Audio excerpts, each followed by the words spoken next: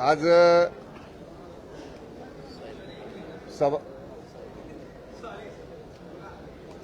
अल्पकालीन चर्चा सभागृहामध्ये अवकाळी आणि अवेळी पावसामुळे झालेल्या शेतकऱ्याच्या नुकसानी संदर्भातली चर्चेला उत्तर माननीय मुख्यमंत्री एकनाथजी शिंदे साहेबांनी सविस्तर उत्तर सभागृहामध्ये दिलेला आहे। याच्यामध्ये आपण जो निर्णय सभागृहामध्ये माननीय मुख्यमंत्री महोदयांनी जाहीर केला त्याप्रमाणे जिरायत क्षेत्राला 13,600 आणि बागायत क्षेत्राला 27,000 रुपये हेक्टरी मदत ही देण्याची घोषणा सभागृहामध्ये झाली। विदर्भामध्ये अधिवेशन होतंय आणि महत्त्वाचं कापूस सोयाबीन सारखी पिकं ही विदर्भात आहेत आणि महाराष्ट्राच्या इतरही भागामध्ये आहेत। तर 27,000 रुपये हेक्टरी मदत आणि त्याचं मदतीची मर्यादा ही 3 हेक्टर क्षेत्रापर्यंत देण्याचा निर्णय आज सभागृहामध्ये या ठिकाणी माननीय मुख्यमंत्री महोदयांनी जाहीर केला। आणि या संपूर्ण अवकाळी अवेळी पावसाच्या नैसर्गिक पावसाच्या नुकसानीमुळे अंदाजे 2,000 कोटी रुपयांची मदत ही शेतकऱ्यांना या ठिकाणी आजच्या घोषणेमुळे महाराष्ट्रातल्या मिळणार आहे। त्याचबरोबर जो पीक विम्याचा विषय होता त्या पीक विम्याचा अग्रिम जो विमा कंपन्या देण्याला याच्यापूर्वी टाळाटाळ करत होत्या किंवा त्याच्यामध्ये थोडासा हात आकडता घेत होत्या, तर आतापर्यंत जवळपास 2,500 कोटी रुपये हे अग्रिमचे पीक विम्याच्या नुकसान भरपाईची मदत ही प्रत्यक्ष शेतकऱ्यांना या ठिकाणी सरकारच्या प्रयत्नामुळे मिळालेली आहे। आतापर्यंत एवढ्या मोठ्या रकमेचा अग्रिम हा यापूर्वी कधीच पीक नुकसानीचा शेतकऱ्याला मिळालेला नव्हता। मी मगाशी जे आपल्याला सांगितलं 2,000 कोटी रुपये अवकाळी पावसाच्या मदतीच्या नुकसानीसाठी सरकार या ठिकाणी आजच्या घोषणेमुळे मिळालेले आहेत। त्यातल्या 14 शेतकऱ्यांना आज माननीय मुख्यमंत्री महोदयांनी घोषणा केल्या त्यांच्या खात्यावरती ते डीबीटी मार्फत पैसे जमा झाले आणि पहिल्या दिवशी या 14 शेतकऱ्यांना प्रातिनिधिक स्वरूपामध्ये म्हणजे नुसती घोषणा करून थांबणारं हे सरकार नाही, तर घोषणा करून 2 तास झालेत। आत्ता आम्ही माहिती घेतली तर त्या 14 शेतकऱ्यांच्या खात्यावरती पैसे देखील जमा झालेले आहेत। त्यामुळं जे बोलणार ते करून दाखवणार आणि जे करणार आहे तेवढंच बोलणार ही माननीय मुख्यमंत्री एकनाथजी शिंदे साहेबांच्या नेतृत्वाखालच्या सरकारची कामाची पद्धत आहे। शेतकऱ्याच्या पाठीशी सरकार पहिल्या दिवशीपासून उभं राहिलेलं आहे।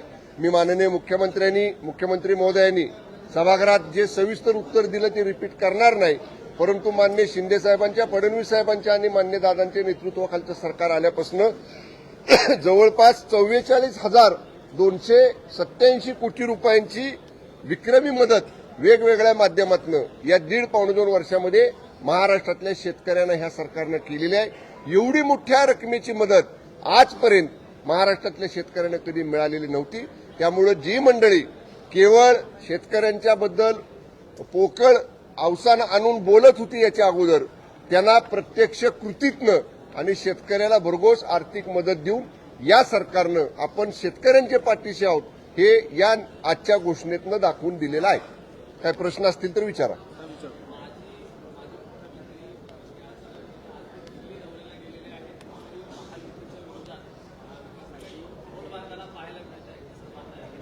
आता बघा, मी आता आपल्याला उत्तर दिलं अवकाळी पावसामुळे शेतकऱ्याचं झालेलं नुकसान, मी आपल्याला माहिती दिली, आकडेवारी दिली, सभागृहात त्याची चर्चा सुरू आहे, त्याचं आता उत्तर झालं। एका बाजूला तो विषय सुरू आहे, दुसऱ्या बाजूला मराठा आरक्षणावरची चर्चा सुरू आहे आणि ज्यांनी एकेकाळी राज्याचं नेतृत्व केलं आणि ज्यांनी माध्यमांना अनेक वेळा सांगितलं की आम्ही शेतकऱ्याच्या बांधावर जाणारे शेतकरी आहोत, आम्ही शेतकऱ्याच्या बांधावर जाणारे उभाटा गटाचे नेते आहोत, एवढी महत्वाची चर्चा सभागृहात चालू असताना ना मोठे ठाकरे साहेब सभागृहात होते ना छोटे ठाकरे साहेब सभागृहात होते।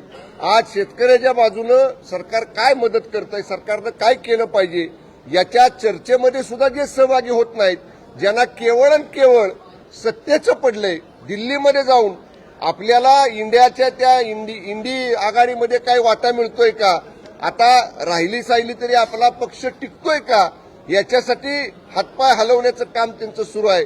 पण एका बाजूला राज्याचं विधानसभेचं अधिवेशन सुरू आहे, राज्याच्या महत्वाच्या प्रश्नावर चर्चा सुरू आहे, त्या चर्चेमध्ये ना माननीय उद्धव ठाकरे साहेबांनी भाग घेतला ना छोट्या आदित्य ठाकरे साहेबांनी भाग घेतला। त्यांना केवळ सत्तेचं पडलेलं आहे. अनेक माजी मुख्यमंत्री सभागृहामध्ये आहेत. मग माननीय अशोक चव्हाण साहेब आहेत, माननीय पृथ्वीराज चव्हाण साहेब आहेत, ज्यांनी राज्याचं मुख्यमंत्री म्हणून यापूर्वी नेतृत्व केले, पण ते विरोधी पक्षात आहेत. पण ते मंडळी दिवस सकाळी येतात आणि संध्याकाळपर्यंत हाऊसमध्ये बसतात. प्रत्येक आयुधाचा वापर करतात, सरकारला सूचना करतात. सरकारचं काही चुकलं तर सरकारला चुकलं म्हणून सांगतात. असं काम करणारे सुद्धा माजी मुख्यमंत्री या सभागृहात आहेत. आणि केवळ अधिवेशन आहे म्हणून त्या विधानमंडळाला एकदा शिवायचं, पाय लावायचा आणि निघून जायचं, ही फक्त सोपस्कार पाळणारे सुद्धा काही मुख्यमंत्री या ठिकाणी आहेत. त्यामुळे याच्यावरून आपण बरं झालं हा प्रश्न विचारला. ज्यांना शेतकऱ्यांच्या अवकाळी नुकसानीचं काही पडलं नाही, ज्यांना मराठा आरक्षणाच्या प्रश्नावर काय सरकार निर्णय घेणार याचं काही पडलं नाही, ते त्यांचं सत्तेतलं स्थान टिकवायसाठी दिल्ली वाऱ्या करतायत. त्यांच्या दिल्ली वाऱ्या त्यांना लखलाभूत.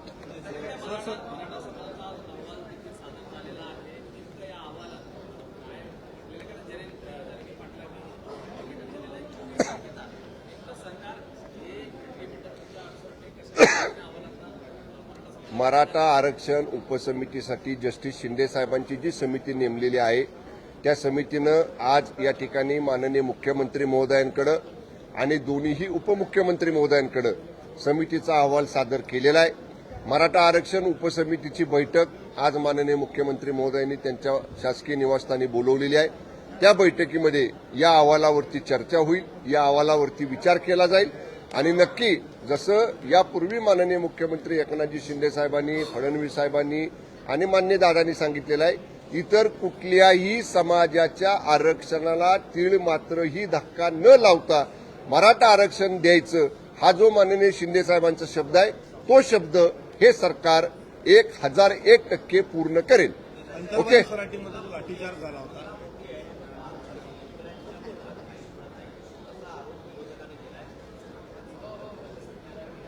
माननीय जयंत पाटील साहेबांनी सांगावं, याच्यापूर्वी त्यांनी जी मदत दिली ती याच्यापेक्षा कमी होती का जास्त होती? केवळ विरोधासाठी विरोध करायचा, आकडेवारी हातात नाही. आपण जी काय मदत केली ती आम्ही आज सांगितलं, नुसती घोषणा करून थांबलो नाही तर प्रातिनिधिक स्वरूपात 14 शेतकऱ्यांच्या खात्यावर मदत जाहीर झाल्या दुसऱ्या तासाला पैसे जमा झाले. हे आम्ही काम करणारं सरकार आहे. त्यामुळे विरोधकांचं काम करतायत, त्यांची टीका त्यांना करू द्या. आम्ही जे बोलतो, मी मगाशी एका शब्दात सांगितलं, एका वाक्यात सांगितलं, आम्ही जे बोलतो ते करतो आणि जे करतो तेवढंच फक्त बोलतो. हे शिंदे साहेबांची काम करायची पद्धत आहे. जालन्यात ज्या पद्धतीनं जर लाठीचार्ज झाला होता त्या ठिकाणी देवेंद्र फडणवीसांनी सांगितलं होतं की या लाठीचार्जच्या संदर्भानं पोलिसांची भूमिका जी चुकीची ठरवली होती. मात्र देवेंद्र फडणवीसांनी पुन्हा एकदा सभागृहामध्ये बचावासाठी या लाठीचार्जच्या संदर्भानं बळ वापरल्याचं म्हटलं आहे. म्हणजे या संपूर्ण लाठीचार्जच्या संदर्भानं तुमची काय भूमिका? या संदर्भामध्ये स्वतंत्र चौकशी त्या प्रकरणाची सुरू आहे. मग त्या चौकशीमध्ये पोलिसांची चौकशी होईल, चालूच आहे. तिथल्या सामान्य ग्रामस्थांची चौकशी सुरू आहे. जेव्हा चौकशीचा अहवाल पुढे सरकारच्या येईल, मंत्रिमंडळामध्ये चौकशीच्या अहवालावरती चर्चा होईल, तेव्हा त्याच्यावरती निष्कर्ष काढणं योग्य ठरेल. जोपर्यंत त्या घटनेच्या चौकशीचा अहवाल सरकारकडे येत नाही तोपर्यंत त्याच्यावर अधिक भाष्य करणं योग्य होणार नाही. ओके, धन्यवाद. भुजबळ साहेब या चौकशीचे दाखले सभेमध्ये देत आहेत. भुजबळ साहेब या चौकशीचे सगळे दाखले जे आहेत ते सभांमध्ये देत आहेत. सभागृहात हा विषय चालू आहे, त्याची एसआयटी चालू आहे.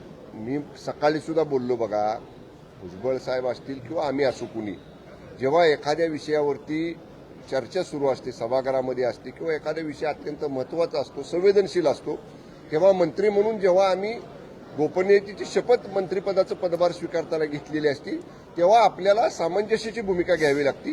दोन समाजामध्ये तेढ निर्माण होणार नाही, दोन समाजामध्ये वादविवाद निर्माण होणार नाही, याची दक्षता आम्ही सगळ्या मंत्र्यांनी घेणं गरजेचं आहे. त्यामुळे जरी समजा मान्य भुजबळ साहेबांनी अशा पद्धतीचं काही वक्तव्य केलं असेल तरी सुद्धा सर्व मंत्र्यांनी, सर्व मंत्रिमंडळाचा हा एकमुखी एकत्र घेतलेला निर्णय असतो. त्यामुळे समाजात तेढ निर्माण होणार नाही हीच भूमिका सर्व मंत्र्यांनी घेणं आणि तशा पद्धतीची भूमिका आम्ही वेळोवेळी घेत असतो. एखाद्या दुसऱ्या वक्तव्यामुळे कदाचित काही गैरसमज निर्माण होतील, पण ते सुद्धा निश्चित लवकरच दूर केले जातील. ओके.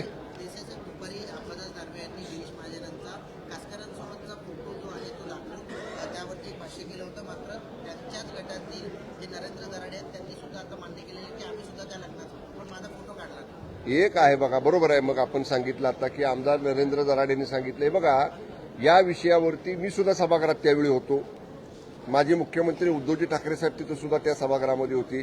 ज्या प्रकारे ते फोटो दाखवले गेले, ज्या प्रकारे ते प्रकरण सांगितलं गेलं, एका धर्मगुरूच्या कडची आलेली ती निमंत्रण पत्रिका होती.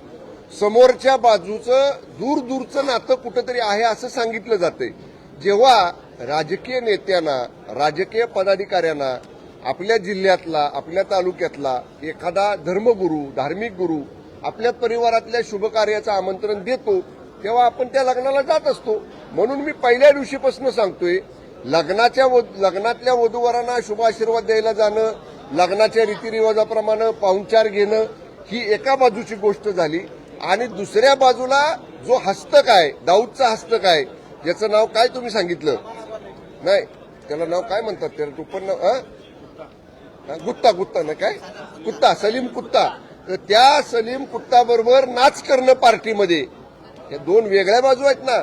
म्हणजे लग्नाला जाणाऱ्यांचे फोटो एका बाजूला आणि त्याची बरोबरी कशी करू शकता तुम्ही? एका गुंडाशी, एका दहशतवाद्याशी संबंधित पार्टीमध्ये नाच गाणं करणं. त्यामुळं जी नाचगाणं करण्यामध्ये आहेत त्यांची चौकशी होईल, चौकशी होऊन त्यांच्यावर कारवाई होईल. एखाद्या धर्मगुरूच्या घरच्या लग्नाला जाणं हा काही गुन्हा नाही. Okay, thank you.